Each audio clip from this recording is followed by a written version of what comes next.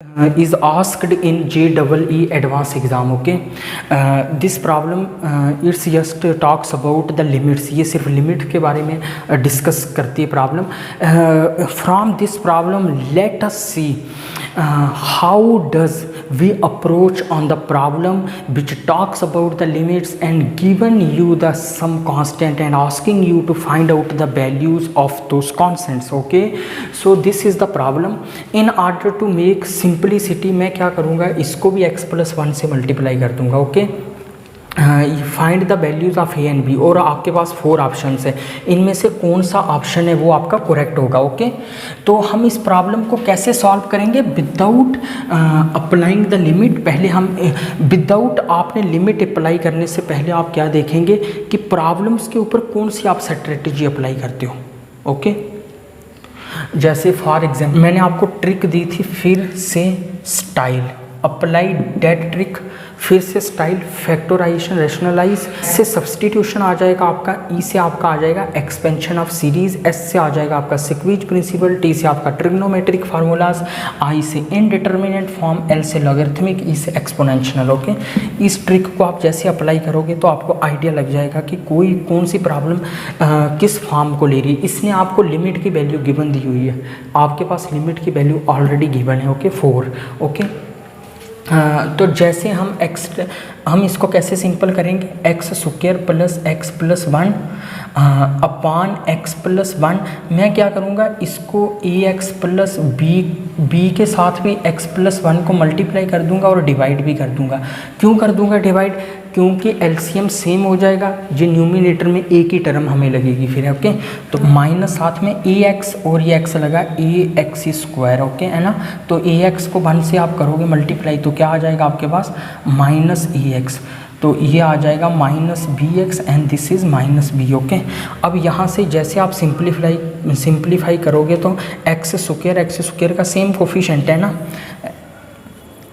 x+1 x² का coefficient यहाँ क्या -a, यहाँ 1, तो 1 - a है ना, 1 - a x² है ना, क्योंकि x इस टर्म में और इस टर्म में x² कॉमन लेंगे, ये रहेगा x और -ax -bx में से कॉमन क्या आएगा आपके पास 1 - a - b टाइम x है ना, और कांस्टेंट क्या है 1 और ये b, तो मीन्स +1 - b अपान x+1. अब आपका लिमिट क्या है, limit x tends to infinity, limit x tends to infinity. इस पर भी आपका लिमिट कहाँ जाएगा, इन्फिनिटी को टेंड करेगा. जैसे x टेंड करेगा इन्फिनिटी को, ये न्यूमिनेटर क्या बन जाएगा, इन्फिनिटी अपान इन्फिनिटी, मीन्स आपकी इनडिटर्मिनेंट फॉर्म होगी. ये कौन सी फॉर्म होगी आपकी, इनडिटर्मिनेंट फॉर्म. जो आपकी इनडिटर्मिनेंट फॉर्म जब हो जाती है, हम फिर क्या करते हैं, एल हॉपिटल रूल अप्लाई करते हैं, means differentiating the numerator and denominator separately. Okay, जैसे हम इसे डिफरेंशिएट करेंगे ये हमारे पास क्या आ जाएगा, मैं इसको इस स्टेप में अब डिफरेंशिएट करता हूँ. ओके, तो ये मेरे पास क्या आ जाएगा, इसकी 1 - ये तो हमारे पास कांस्टेंट है. ओके, वेरिएबल क्या है x, वेरिएबल क्या है मेरे पास x, तो x के रिस्पेक्ट में डिफरेंशिएट करूँगा न्यूमिनेटर को भी और डिनोमिनेटर को भी. ओके, तो x² की डिफरेंशिएशन आ जाएगी 1 - a 2x मीन्स 2 और x. इसकी डिफरेंशिएशन आ जाएगी +1 - a - b, और इसकी डिफरेंशिएशन कांस्टेंट आ जाएगी 1 - b की, 1 - b कांस्टेंट है, इसकी डिफरेंशिएशन आपकी 0 आ जाएगी. ओके, तो डिवाइडेड बाय इसकी डिफरेंशिएशन आपकी 1 आ जाएगी. ओके, फिर जैसे आप limit x tend to infinity लगाएंगे, जैसे आप limit x tend to infinity लगाएंगे तो ये क्या आ जाएगा, क्योंकि डिनोमिनेटर में आपके पास 1 है और न्यूमिनेटर क्या आपका ये, तो x टेंड टू इन्फिनिटी करेगा तो ये क्या हो जाएगा इन्फिनिटी, ये क्या हो जाएगा इन्फिनिटी, मीन्स ये हमारा क्या बन रहा है इन्फिनिटी. जब इन्फिनिटी बन रहा है तो हमारा आंसर यहाँ क्या आ रहा है इन्फिनिटी, लेकिन उसने आंसर क्या दिया हुआ 4, तो यहाँ से पक्की बात है कि ये 1 - a हमारा क्या होगा 0 होगा. जब हमारा 1 - a 0 होगा तो तो x पर फिर लिमिट का कोई इफेक्ट नहीं पड़ेगा क्योंकि ये इसको 0 कर देगी। ओके, तो यहाँ से हमें एक बात पक्का पता चली कि 1 माइनस ए क्या हमारा 0। ओके, 1 माइनस ए क्या होगा 0। अगर 1 माइनस ए 0 नहीं होगा तो लिमिट ही फाइनाइटली एग्जिस्ट नहीं करेगी। तो यहाँ तो उसने कहा हुआ है कि वैल्यू 4 है, वैल्यू वो फाइनाइट है, वो एक 4 नेचुरल नंबर है ना।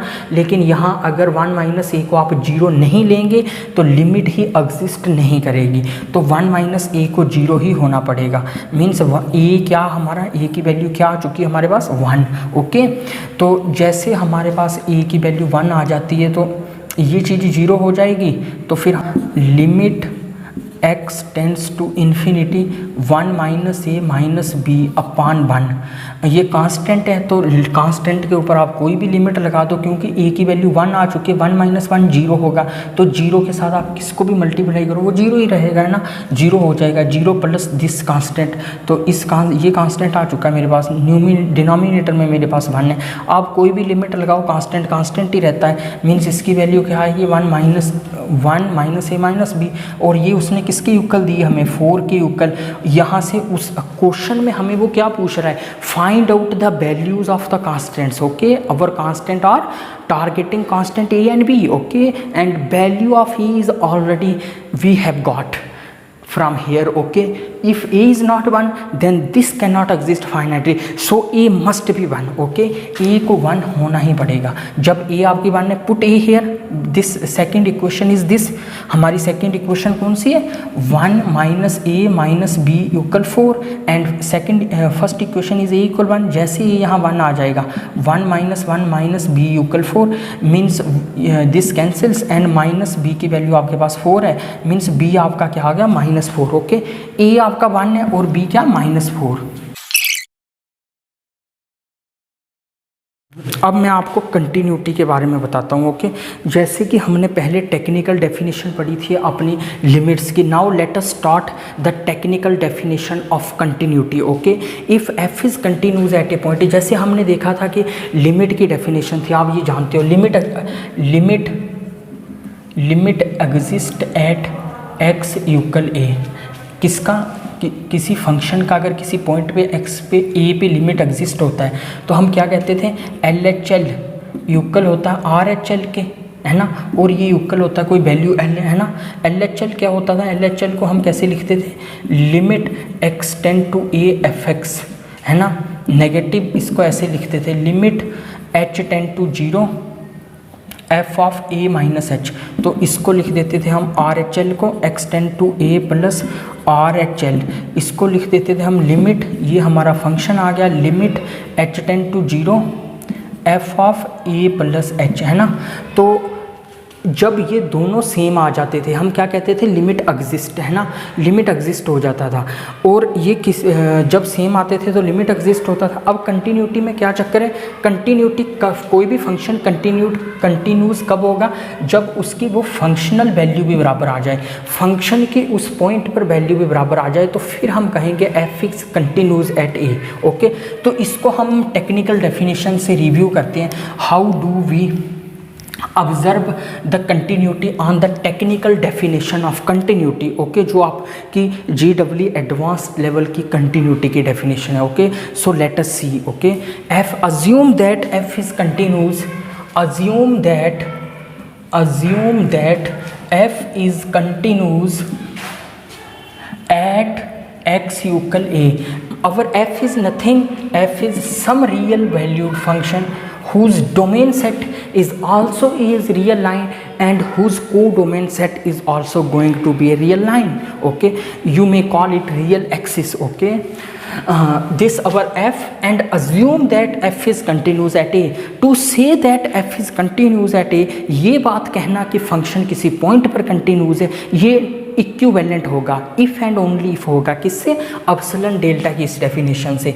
x minus a mod less than delta implies that f x minus f a mod less than epsilon. Okay, ये इस डेफिनेशन के इक्विवेलेंट होगा।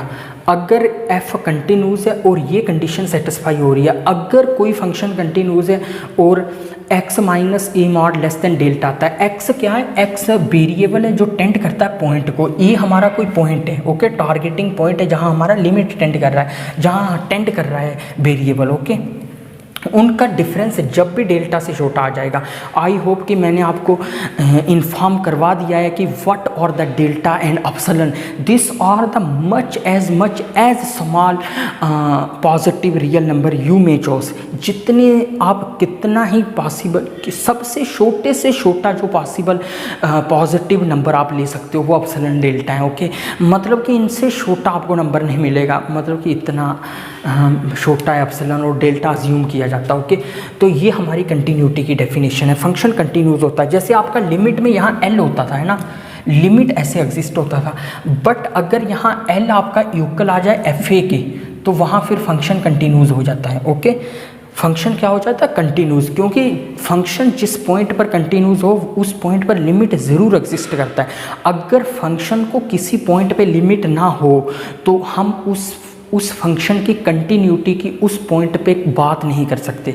Means we can't talk about the continuity of the function at A point where functions fails to exist, where the limit of the certain functions fails to exist, okay. So this is our technical definition of the continuity. I hope कि आप differentiability को भी जानते होंगे कि differentiability क्या है, differentiability की डेफिनेशन क्या है, डिफरेंशियबिलिटी होता क्या है, डिफरेंशियबिलिटी की ज्योमेट्रिकल सिग्निफिकेंस क्या। आई होप कि आपने डिफरेंशिएशन को अच्छे तरीके से पढ़ा हुआ है। अगर आपने जेईई मेंस आप क्वालिफाई हो तो आप फिर आपको डिफरेंशिएशन का पता होगा, क्योंकि आपने रोल्स थ्योरम पढ़ा है, आपने मीन वैल्यू थ्योरम पढ़ा है ना, Lagrange's mean value theorem and Rolle theorems which plays much role and which gives you the more understanding about the differentiability of the function at A point. Now let us see on the problem. मैं अब आपके सामने एक problem solve करवाता हूँ। Late x मार्ड, ये हमारा क्या, ग्रेटेस्ट इंटीजर इज GIF। ये क्वेश्चन भी आपका, ये प्रॉब्लम आपका JEE एडवांस एग्जाम में पूछा गया था। Then at which of the following points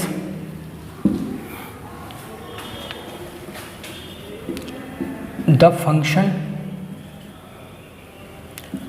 f of x equal x cos pi of x plus pi x plus x का ग्रेटेस्ट इंटीजर,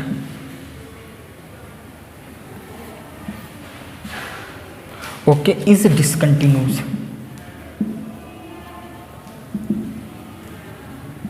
और उसने हमें क्या दिया हुआ है पॉइंट, उसने हमें ऑप्शन दिए हैं x equal 1,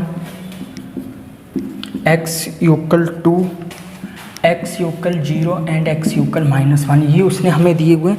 this are the given options, okay. Now we have to decide that this is the problem which is asked in JEE advance exam, okay.